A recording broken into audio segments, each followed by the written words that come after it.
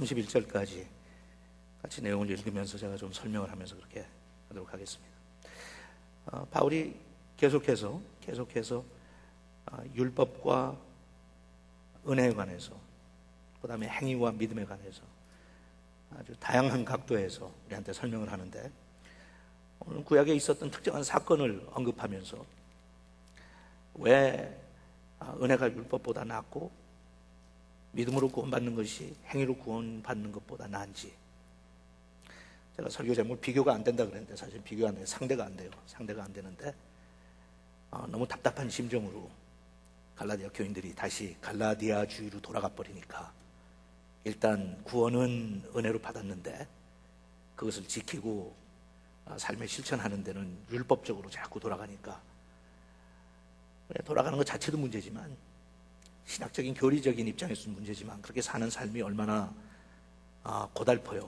그죠? 그래서 그 고달픈 삶을 교정시켜주기 위해서 쓰면서 오늘 구약의 대표적인 사건이에요. 창세기 12장부터 나오는 아브라함에 대한 이야기예요. 아브라함이 믿음의 조상이죠. 믿음의 조상. 어떻게 아브라함이 믿음의 조상으로 하나님 앞에 선택을 받았고, 믿음의 조상으로 어떻게 인정을 받았는지, 그의 삶을 통해서 조금 구체적으로 설명을 하는데, 그 결론은 마찬가지예요. 은혜로 구원을 받고 믿음으로 구원을 받겠느냐, 아니면 행위로, 율법을 지키는 행위로 구원을 받겠느냐. There's no comparison. 그런 거예요. Absolutely no comparison. 상대가 안 돼. 그런데 답답하게 상대가 안 되는데, 안 되는 상대를 찾아가니까 바울이 다시 한번 호소하는 거예요. 우선 여러분 아웃라인을 보시면 그 방대한 내용을 다 살펴볼 수는 없으니까 그냥 제가 간단하게 정리를 했어요. 아브라함에 대해서 어느 정도 아시는 분들이 생각할 때 너무 상식적인 얘기예요. 하지만 일단 좀 정리를 하고 들어가야 이해를 할 수 있으니까. 자, 하나님께서 창세기 12장에 보면 어느 날 느닷없이 아브라함이라고 하는 사람을 찾아오세요. 그죠? 찾아오셔서 아브라함을 부르세요. 아브라함아, 아브라함아. 우리가 구원받고 의롭다함을 받는 모든 과정을 그렇게 하나님께서 우리를 부르시는 걸로 그렇게 설명하잖아요. 하나님께서 어느 날 우리를 부르셨어요. 의롭다고 부르셨어요. 그냥 우리를 자녀로 만드셨어요. 그죠? 어느 날 갑자기 하나님께서 자녀로 우리를 만드셨어요. 그렇게 부르셨어요. 그때 아브라함의 나이가 몇 살이에요? 75세. 괜찮아요, 여러분. 컨닝해도 아웃라인에 다 있으니까. 자신 없어도 거기 보면 따라 할 수 있어. 몇 살 때? 75세. 그 당시 한 100세에서 120세 정도들 살았으니까 요새 평균 수명을 한 85세, 여자들 한 90살까지는 살 수 있을 것 같아요. 평균 수명이. 평균이. 그러니까 오래 사는 사람들은 100살까지도 이제 살 수 있어. 그게 축복도 될 수 있고 저주도 될 수 있는데 여러분이 결정하세요. 그렇게 생각하니까 지금으로 이야기하면 한 85세까지 사는 사람으로, 남성으로 얘기하면 한 55세, 56세, 57세 정도 될 때. 딱 제 나이예요. 딱 제 나이야. 요새 평균 수명이 한 85세쯤 되는데 저한테 찾아오신 거예요. 찾아오셔서 뭐라고 그러세요? 떠나라고 그러세요. 지금까지 살던 모든 고향과 네가 지금까지 살았던 익숙했던 삶을 떠나라. 여러분 같으면 떠나겠어요? I don't know. 저 같으면 아직까지는 떠날 수 있을 것 같아. 앞으로 한 9년 정도는 떠나라고 하면 떠날 수 있을 것 같아. 그 후로는 I'm not sure. 하여튼 떠나라고 하니까 아브라함이 떠나죠. 떠나는데 하나님께서 약속을 주세요. 아브라함한테 약속을 주시면서 떠나라고 그러세요. 그냥 떠나는 게 아니라. 아브라함은 인생을 살면서 굉장히 축복을 많이 받은데 그 중에 정말 마음속에 상처가 하나 있었어요. 이루어지지 않은 꿈이 하나 있었어요. 그게 뭐예요? 자식이 없었어. 자식이. 75세가 될 때까지 자식을 기다리고 기대했는데 하나님께서 다른 건 다 주시는데 자식을 안 주세요. 그러니까 75세쯤 됐으면 이제 포기해야죠. 그죠? 네. 포기했어요. 근데 하나님께서 오셔가지고 아브라함한테 약속을 하세요. 뭐라고 약속을 하세요? 내가 너희 자손들을 축복할 것이다. 그래서 나중에 너희들 자손들이 창대하게 번창하는데 하늘의 별같이 바닷가의 모래처럼 많아질 것이다. 그 약속을 아브라함이 굳게 믿어요. 그거는 초자연적인 거예요. 우리가 자연적으로 설명을 못해요. 어떻게 그렇게 나이 많은 사람이 그런 어떤 면에서는 믿어지지 않는 하나님의 약속을 믿을 수 있을까? 믿었어요. 믿은 걸 우리가 어떻게 알아요? 정리해가지고 떠나잖아요. 떠나야 주신다고 그랬으니까. 그래서 75세에 하나님께서 주신 약속을 붙잡고 떠났어요. 그렇게 떠나서 사는데 한 10년이 흐른 다음에 아브라함한테 별로 예기치 않았던 사건이 하나 터져요. 뭔가 하면 아내가 사라가 한 10년 지났는데도 자식이 안 생기거든. 그죠?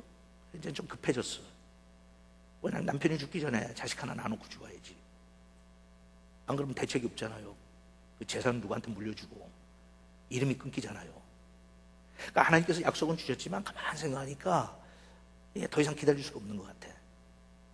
그래서 하루는 자기의 명철을 동원해서 그동안 제일 눈여겨봐뒀던 여종 중에 하나였던 하갈을 불러요. 그래갖고 하갈을 자기 남편한테 줘요. 아들을 낳으라고. 그때 아브라함의 나이가 몇 살이에요? 네, 커닝해도 된다니까. 절 쳐다볼 필요 없어요. 밑에 이렇게 내려다가 85세였어요. 10년이 지났어요. 거기 제가 아웃라인에 뭐라고 했냐면 그 사건이 터진 거는 사라가 참지 못해서 그래서 참지 못해서 좀 견디고 인내했으면 됐는데 she just couldn't wait anymore. 여러분 우리 인생에 하나님께서 주신 약속이 망가질 때가 있는데 왜 그런가 하면 어떨 때는 참지 못해서 그래요. 근데 거기 제가 뭐라고 그랬어요? 사라가 참지 못해? 같이 읽자고요. 사라가 참지 못해? 그건 사실 어폐가 있죠. 말이 안 되죠. 그냥 읽으면 사라가 참지 못해서 사라하고 하갈하고 결혼한 것 같잖아. 그건 아니거든. 참지 못한 건 사라였는데 결혼은 누가 했어요? 아브라함이 했어요. 하갈하고. 하지만 아브라함이 참지 못했던 게 아니라 사라가 참지 못했어요. 사라가 견디지 못해서 이건 굉장히 세속적인 방법이죠. 아브라함하고 결혼하게 만들어서 첩을 둬요. 1년 후에 아이가 태어나요. 그 아이의 이름이 뭐예요? 이스마엘이에요. 이스마엘이라고 하는 아들이 태어나요. 아브라함한테는 굉장히 소중한 아들이었죠. 그죠? 86세가 돼서 아들 낳았으니까 얼마나 기뻤겠어. 그죠? 네. 근데 알다시피 그때부터 그 가정에 파탄과 문제가 시작이 돼요. 세속적인 방법으로 우리가 문제를 해결하라고 하면 당장은 문제가 해결되는 것 같아. 그런데 문제가 해결되는 것이 아니라 더 큰 문제를 만들어내요.